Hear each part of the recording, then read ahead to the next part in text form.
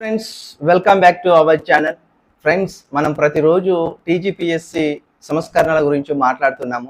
ఈరోజు మన వద్ద ఉన్న ముఖ్యమైన అప్డేట్ ఏంటంటే టీజీపీఎస్సి మన గ్రూప్ 1, గ్రూప్ 2 అండ్ గ్రూప్ 3కు సంబంధించిన ఎగ్జామ్స్ అంటే టీజీపీఎస్సి నిర్వహించే ప్రతి ఎగ్జాము యొక్క ప్రశ్నల స్థాయిని పెంచబోతుందంట. అంటే ఇప్పుడు ఈ 10 సంవత్సరాలల్లా టీజీపీఎస్సి నిర్వహించిన ప్రశ్న పత్రాలు ఎలా ఉన్నాయి, వాటి యొక్క కఠినత్వం ఎలా ఉంది, ఆ ప్రశ్న పత్రాల స్టాండర్డ్ ఎలా ఉంది అని నిన్నటి వరకు జరిగిన వివిధ యూనివర్సిటీలో ఉన్న ప్రొఫెసర్స్ అండ్ వీసీల ఈ యొక్క సమావేశంలో అంటే విద్యారంగ నిపుణులు, అదేవిధంగా తెలంగాణ రాష్ట్రంలో ఉన్న వివిధ విశ్వవిద్యాలయాల్లో ఉన్న వీసీలు అండ్ విద్యారంగంలో ఉన్న ఉన్నత అధికారులు, ఈ ముగ్గురు కలిసి మొత్తంగా తెలంగాణ రాష్ట్రంలో ఈ 10 సంవత్సరాల్లో టీజీపీఎస్సి నిర్వహించిన ఎగ్జామ్స్ క్వశ్చన్స్ ఎలా ఉన్నాయి, అంటే కఠినత్వంతో కూడుకున్నాయా, అంత మూసధోరణి అంటే పాతకాల పద్ధతి అంటే ఇప్పుడున్న ట్రెండ్ ప్రకారం ఉన్నాయా లేవా,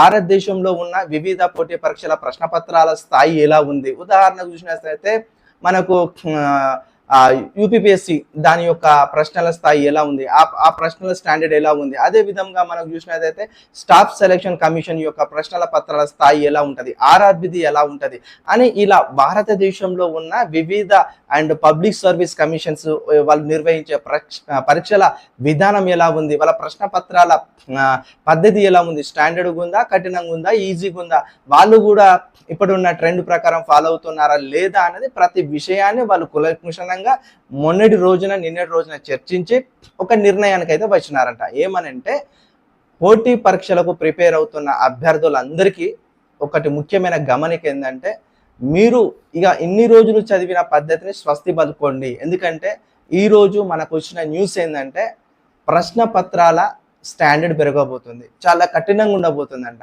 అంటే ప్రతిదీ కూడా తాత్కాలిక ధోరణిలో అంటే నువ్వే ఒక సబ్జెక్టు నిపుణువు అయితే ఆన్సర్ని ఎలా గుర్తిస్తావు అనే విధానంలో క్వశ్చన్ రాబోతుందని చెప్పేసి అంటున్నారు. ఇప్పుడు వెనియర్ క్యాలిఫర్స్ అనే ఒకటి మనకు భౌతిక శాస్త్రంలో ఉంటుంది. అది పనిచేసే పద్ధతి అప్లయింగ్ దేనికి చేయొచ్చు అని ఈ విధంగా క్వశ్చన్స్ వస్తాయని కొద్దిగా వాళ్ళు మనకు ఇంటూస్ ఇచ్చినారు. అదే విధంగా నేను మళ్ళీ చెప్తున్నా, తెలంగాణ రాష్ట్రంలో ఇక నుండి ప్రభుత్వ ఉద్యోగాలు పోటీ పడే అభ్యర్థులందరూ కూడా ప్రభుత్వ ఉద్యోగులు కావాలనుకుంటే చాలా అత్యున్నతమైన ప్రతిభావంతులై ఉండాలి. మాకు ఏదో మామూలు వ్యక్తులు కాదు, మాకు అత్యున్నతమైన ప్రతిభ వ్యక్తులు కావాలి, చాలా talent, intelligence and smart mind, smart things కలిగిన వ్యక్తులు కావాలనే విధంగా వాళ్ళు ఈరోజు ఒక ఆర్టికల్ రాయడం అనేది జరిగింది. అంటే వాళ్ళు ఏం కోరుకుంటున్నారంటే ప్రభుత్వ ఉద్యోగులుగా ఎన్నికయ్యే ప్రతి క్యాండిడేట్ కూడా చాలా అత్యున్నతమైన వ్యక్తి అయి ఉండాలి, ప్రభుత్వ సర్వీస్ చేస్తున్నాడంటే ఆయనలో అలాంటి క్వాలిటీస్ ఉండాలి అని చెప్పేసి అంటున్నాడు. అంటే ప్రశ్న పత్రాల స్టాండర్డ్ పెంచితే ఖచ్చితంగా ఆ ప్రశ్న పత్రాల స్టాండర్డ్ తగ్గట్టుగా చదివిన వ్యక్తి, ప్రిపరేషన్ అయిన వ్యక్తి, అలాంటి ఇంటెలిజెన్స్ ఉన్న వ్యక్తి అయితేనే అలాంటి ఉద్యోగాలను మరి సాధించగలుగుతాడు అనేది వాళ్ళ ఆలోచన కావచ్చు. వాళ్ళు ఇంకేమంటున్నారంటే ఇప్పుడు ఆర్టిఫిషియల్ ఇంటెలిజెన్సీ అనేది ప్రపంచ దేశాలను ఏలుతుంది, ఇప్పుడు దాన్ని కూడా సబ్జెక్ట్గా పెట్టాలనే ప్లాన్ చేస్తున్నాడంట. మరి ఇది పెడితే ఎంతవరకు వర్కౌట్ అవుతుంది అంటే ఆల్రెడీ ఇప్పుడు మనకు ఆంధ్రప్రదేశ్ వాళ్ళు అంటే ఏపీపీఎస్సి ఆడ పెట్టేసింది గ్రూప్ 1లో. ఇక్కడ కూడా మనకు గ్రూప్ 1, గ్రూప్ 2లో కూడా ఈ ఆర్టిఫిషియల్ ఇంటెలిజెన్సీ అనే సబ్జెక్టు మనకు పొందుపరుస్తారని నేనైతే అనుకుంటున్నా. మెయిన్గా group 1, group 2, group 3 and TGPSC వివిధ ఎగ్జామ్స్కు నిర్వహించే సిలబస్ను ఒక 15 నుంచి 20% వరకు మార్చబోతున్నారనేది ఒక ప్రాథమికమైన సమాచారం. చాలామంది మిత్రులకు నేను ముందే పసిగట్టి నేను ముందే అనాలిసిస్ చేసి గ్రూప్ 1లో ఇంటర్వ్యూస్ రాబోతున్నాయంటే కొంతమంది పాపం వాళ్ళకి అంత ఐడియా ఉండదు అనమాట. వాళ్ళకు పెద్ద స్థాయి వ్యక్తులు చెప్తే తప్ప మనలాంటి వ్యక్తులు చెప్తే వాళ్ళకు మైండ్కి ఎక్కదు. నీకెవరు చెప్పిర్రు, మనకెవరో చెప్పరు బ్రదర్.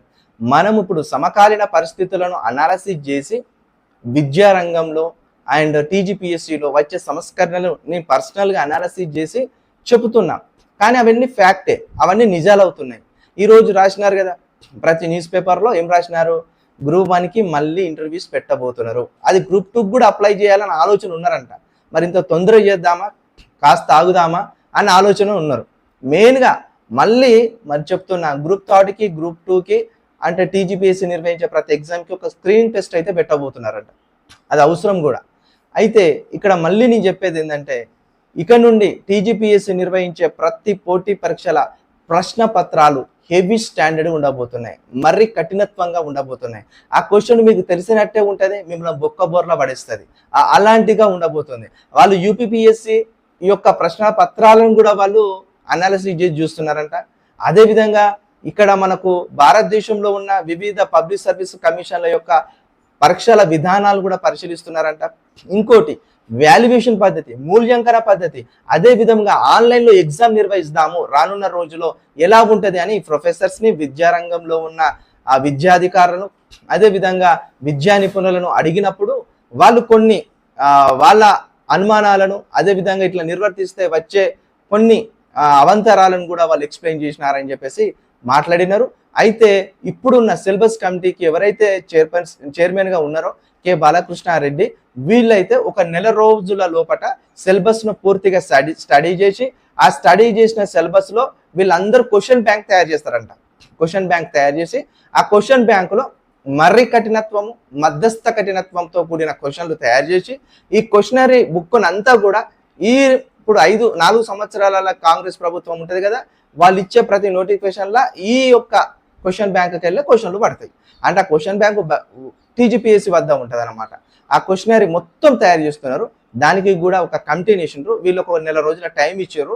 ఈ నెల రోజుల టైంలో వాళ్ళు ఆ యొక్క క్వశ్చన్ బ్యాంక్ అంతా కూడా టీజీపీఎస్సీకి సబ్మిషన్ చేస్తే ఆ నివేదికను ప్రభుత్వానికి టీజీపీఎస్సీ ఇచ్చుకొని ఆమోద ముద్ర వేయించుకొని ఆ తర్వాత మనకు నోటిఫికేషన్స్ వస్తాయి. అంటే నోటిఫికేషన్స్ ఫస్ట్ వస్తాయి, కానీ మనకు ఎగ్జామ్ జరగడానికి ఒక కాస్త 3 నెలలు 4 నెలల టైం ఉంటుంది కదా, ఆ లోపు వీళ్ళు ఇంటర్నల్గా ఈ వర్క్స్ అన్నిటిని కంప్లీట్ చేసుకుంటారు అనమాట. అందుకే టీజీపీఎస్సీ ప్రశ్నల పత్రానికి డోస్ పెంచబోతుంది. మరి కఠినత్వంతో కూడుకున్న ఎగ్జామ్స్గా మనం తెలంగాణ రాష్ట్రంలో ఇక నుండి గ్రూప్ 1, గ్రూప్ 2 ఆల్రెడీ జరగబోతుంది. ఆల్రెడీ మనం ఉన్న గ్రూప్ 2 చాలా హార్డ్ వచ్చింది, గ్రూప్ 1 కూడా చాలా హార్డే వచ్చింది, గ్రూప్ 3 కూడా హార్డే వచ్చిందని కొంతమంది అంటారు, లేకపోతే కొంతమంది మోడరేట్గా వచ్చిందని చెప్పేసి అంటారు. ఏదేమైనా కానీ మన ప్రభుత్వ ఉద్యోగులుగా సెలెక్ట్ అవ్వాలనుకునే వాళ్ళట అత్యుత్తమ ప్రతిభ కలిగిన వ్యక్తులు కావాలని ప్రభుత్వం కోరుకుంటుంది అనేది ఈ వీడియోలో ముఖ్యమైన సారాంశం అనమాట. మళ్ళీ మెయిన్గా నేను చెప్తున్నా, గ్రూప్ 1 మీ నియామకం పైన స్టే విధించబడింది.